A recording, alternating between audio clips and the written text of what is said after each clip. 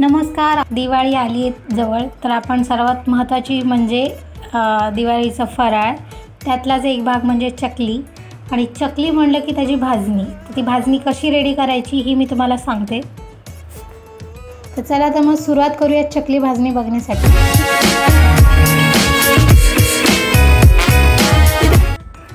चला तर मग इथे मी सर्वात पहिले तांदूळ घेते. तांदूळ मी कोणती पण वाटी घ्या, एक वाटी फिक्स ठेवा. मी ते या वाटीने जे मेजरिंग कप आहे त्याने 4 वाटी मी तांदूळ घेते मेजरिंग कपने.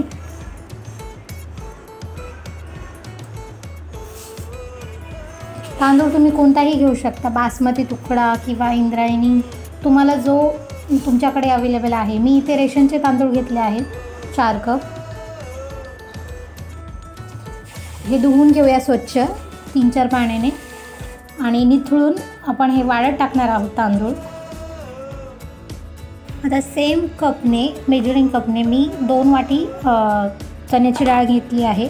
समज 4 वाटी जर तांदूळ असतील तर 2 वाटी त्याच्या अर्धी, तांदळाच्या अर्धी 2 वाटी मी चण्याची डाळ घेतली आहे.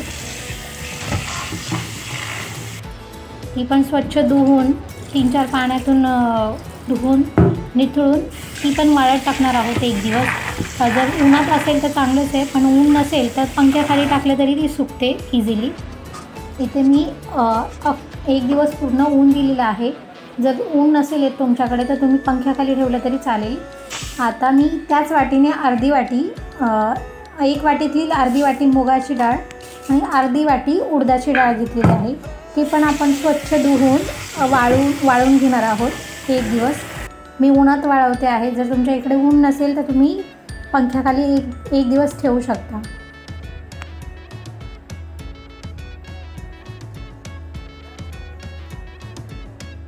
इथे मी वाळवण्यासाठी कॉटनच्या कपड्याचा वापर केलेला आहे. त्याने काय होईल की पाणी लवकर सोक होईल हे डाळीमध्ये, एक्स्ट्रा पाणी, आणि आपली डाळ लवकर सुकून निघेल.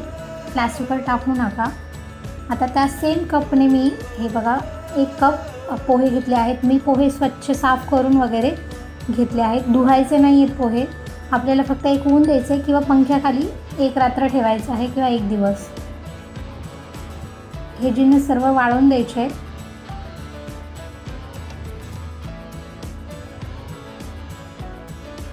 आता इथे मी कढई ठेवली आहे. कढई आपली तापायला ठेवूया.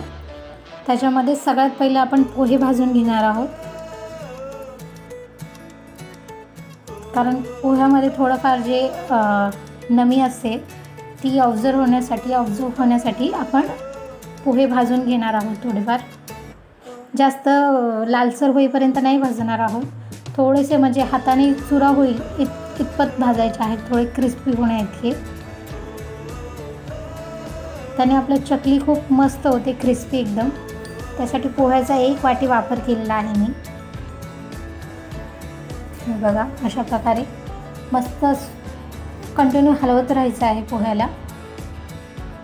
पोहे खाली लागले नाही पाहिजे, लालसर झाले नाही पाहिजेत पोहे.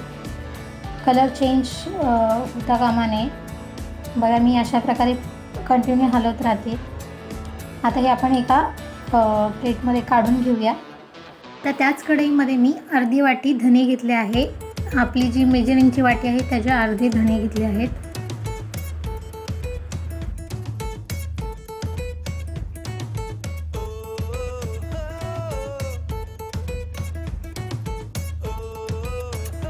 धने पण एकदम लालसर होईपर्यंत भाजून घ्यायचे आहेत.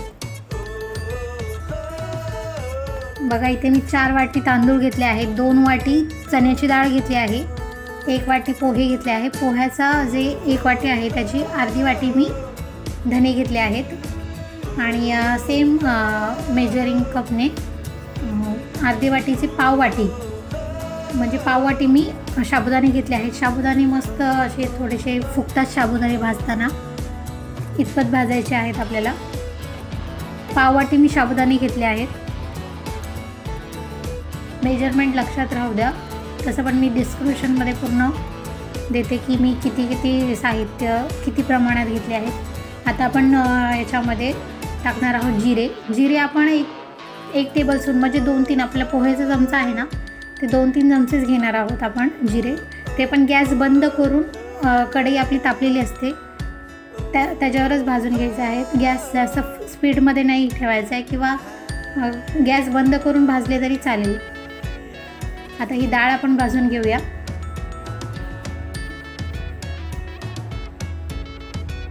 डाळ पूर्ण सुकी झालेली आहे मी उन्हात ठेवल्यामुळे. आता ती पण मस्त थोडीफार भाजून घेऊया. भाजण्याचं कारण हे की आपण जे थोडंफार जे मॉइश्चर आहे ते निघालं पाहिजे डाळीमध्ये आणि पीठ आपलं चिकट नाही, मस्त म्हणजे पोहे जे आपले चकली आहे ती क्रिस्पी बनली पाहिजे. यासाठी आपण सगळे जिन्नस प्रॉपर भाजून घेतो आहे.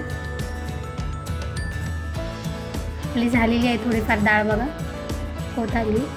आता आपण हे सगळं डाळ पण काढून घेणार आहोत. आपण आता चण्याची डाळ भाजून घेणार आहोत. चण्याची डाळ मी बघा 2 कप घेतली होती. मी तुम्हाला मेजरिंग करून दाखवते. तुम्ही एक फिक्स वाटी ठेवा. इथे मी मेजरिंग कपचा वापर केलेला आहे. तुम्ही कोणती पण वाटी घ्या, पण फिक्स ठेवा की त्याच वाटीने माप तुम्ही घेऊ शकाल. हे बघा ही पण डाळीचा मस्त वास येईपर्यंत आपण भाजून घेणार आहोत. डाळ भाजताना मस्त सुगंध येतो त्याचा डाळीचा, चण्याचा. हे बघा कंटिन्यू हलवत राहायचे, खाली लागून नाही द्यायची डाळ आपल्याला. पूर्ण जिन्नस आपण कंटिन्यू हलवत राहूनच भाजून घ्यायचे आहेत, खाली लागली नाही पाहिजे. आपली डाळ पण भाजत आलेली आहे.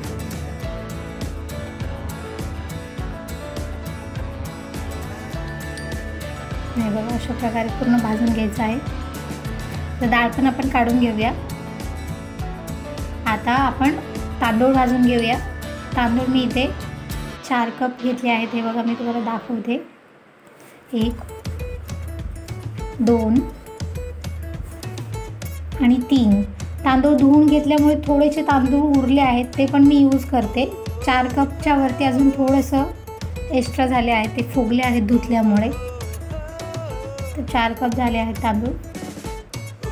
हे पण मस्त थोडेफार तांदळाचा कलर चेंज होतो थोडासा, लाईट हलकासा. पूर्ण लाल होईपर्यंत नाही भाजून घ्यायचे आपल्याला. हे बघा अशा प्रकारे आपले सर्व जिन्नस भाजून झालेले आहेत. हे बघा आता हे आपण, मी तुम्हाला पुन्हा एकदा सांगते की मी हे 250 ml माप यूज केलं आहे. तुमच्याकडे नसेल तर तुम्ही एक फिक्स वाटी ठेवून करू शकता. इथे डाळ पण मी अर्धी वाटी घेतलेली आहे, म्हणजे 2 वाट्या मी घेतलेल्या आहेत. 4 वाटी तांदूळ, 2 वाटी चण्याची डाळ आणि अर्धी वाटी मुगाची डाळ आणि उडदाची डाळ, म्हणजे पूर्ण मिळून 1 वाटी. पोहे मी 1 वाटी आणि धने आहेत ते अर्धी वाटी घेतली आहे आणि साबुदाणे मी पाव वाटी घेतले आहे आणि जिरे जे आहेत ते मी 3-4 चमचे घेतले आहेत. जे पोह्याचा चमचा आहे आपला तेवढे घेतले आहे जिरे. जिऱ्याने मस्त टेस्ट येते. हे बघा सर्व सुकलेले आहेत, मस्त भाजल्यामुळे ते खरपूस झालेले आहेत एकदम. वास पण खूप छान येतो आहे भाजतानाच. अशा प्रकारे आपले पूर्ण जिन्नस भाजून रेडी झालेले आहे. आता हे आपण दळून आणूया. हे बघा मी दळून आणलं आहे. अशा प्रकारे पीठ मी बारीक दळून आणलेलं आहे. बारीकच दळून आणायचे तुम्ही पण, त्याने आपलं जे साचा आहे चकलीचा त्याच्यामध्ये अडकत नाही आणि जे आपण टाकणार आहोत त्याच्यामुळे एकदम स्मूथली चकली बनली जाते. तर रेडी आहे आपलं